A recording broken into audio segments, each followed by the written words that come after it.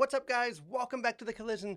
Daniel here to talk about the new, buzzworthy theological thriller, Conclave. It's in theaters now. I have seen it, so let's talk about it.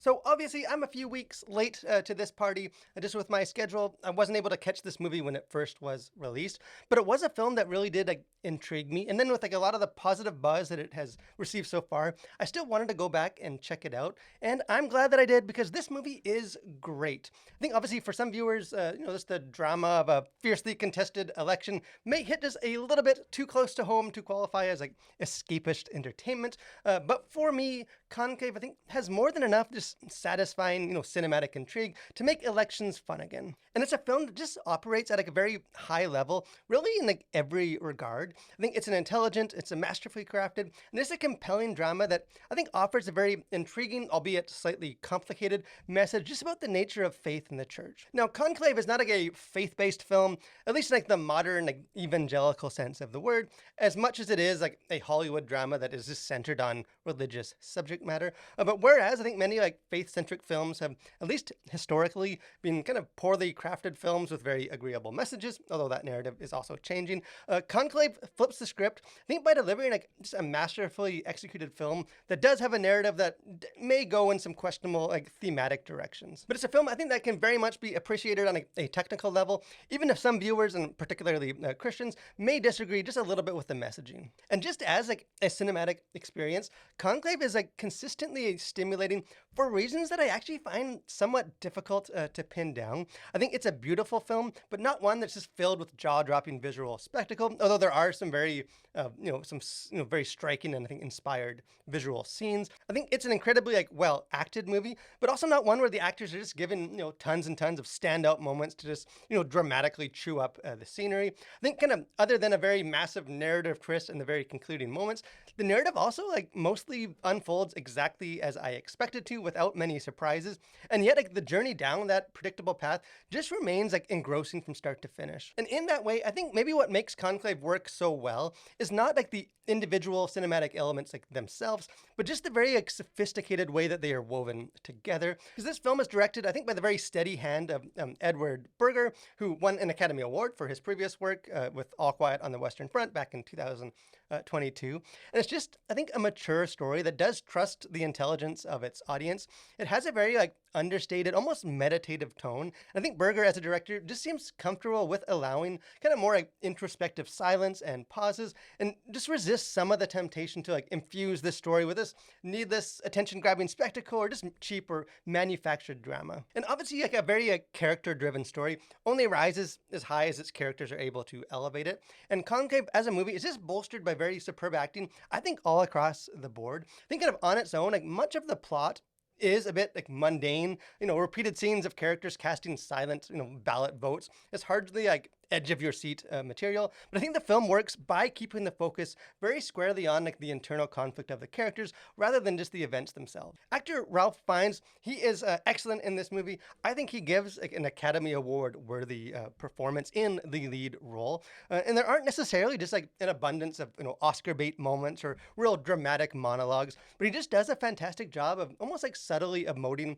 just his character's crisis of faith in ways that allow the audience to feel the turmoil inside him, rather than having it just explained through very extensive or heavy-handed dialogue. And whereas the character work in this movie is very skillfully subtle, I think the film's thematic point of view is unfortunately much less so. And in a way, there's almost two parallel stories in this film. I think the first and the far superior narrative thread is that internal conflict of a religious man that's wrestling with his doubts. But on the other hand, kind of the second thread is more the external evaluation and critique of the church at large, which I'll get into a bit more in the theme section of this review. And I do think the film does raise some interesting and challenging questions. It's just that some of that refreshing subtlety of the first and more intimate story thread is largely absent. And I think the voice and perspective of the filmmaker just becomes a little bit too intrusive.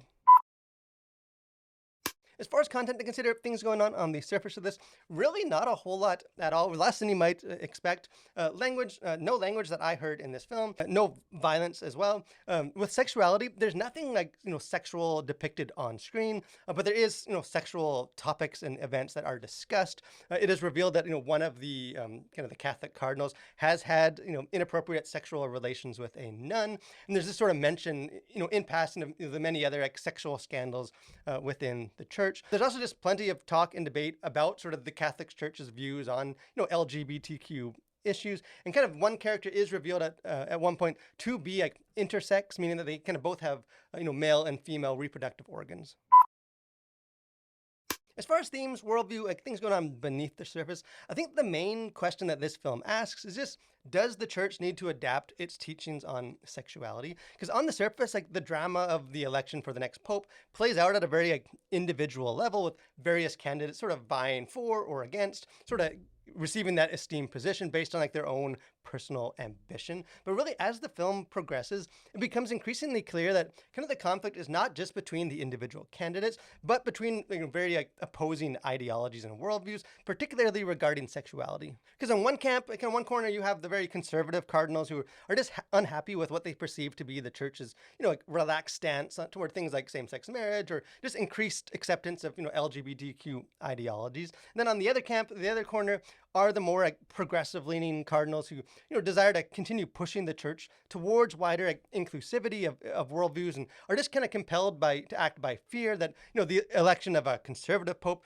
will take the church back really to an undesirable era. And in some ways, the debate is left somewhat vague and open-ended, but I do think by the conclusion, particularly after a very shocking third act plot twist, it does seem clear which of the two parties the filmmaker himself is endorsing. Because while characters in both of those camps are depicted to be very flawed, imperfect, human, really the main representative of the conservative position is probably the closest thing that this film has to a traditional protagonist. And not only is he opposed to progressive sexual views, but he's equally intolerant of just other religions, and regularly uses very racist rhetoric towards other ethnicities. And I think kind of in that way, this film just seems to conflate adherence to traditional understandings of sexuality with just sort of ignorance and bigotry on almost an exaggerated level. And there's a very pivotal speech given right prior to the final election decision in the film, in which a character sort of declares to his fellow clergyman, says, "The church is not tradition, the church is not the past, the church is what we do next." And it's very much like a call for just, for the church to forsake the traditional teachings on sexuality and to embrace sort of the sexual ethic of the modern world. And the ending of this film does seem to emphasize that conviction in a symbolic way. The cardinals said they've been sequestered for the duration of the conclave, but now that it is over, you see the window shades finally lift, and allowing light to flood back into the building as a character kind of looks on outside the window at the brightly lit world. And I think the unstated implication of that moment seems to be that having ultimately kind of embraced the more progressive path forward for the church, I think it's a moment that represents the church opening its eyes, stepping out of the darkness of its past and traditions, and entering into a brighter and better new world. So in the end, I think Conclave is kind of the type of story that may sound boring if you were just to read a simple plot summary.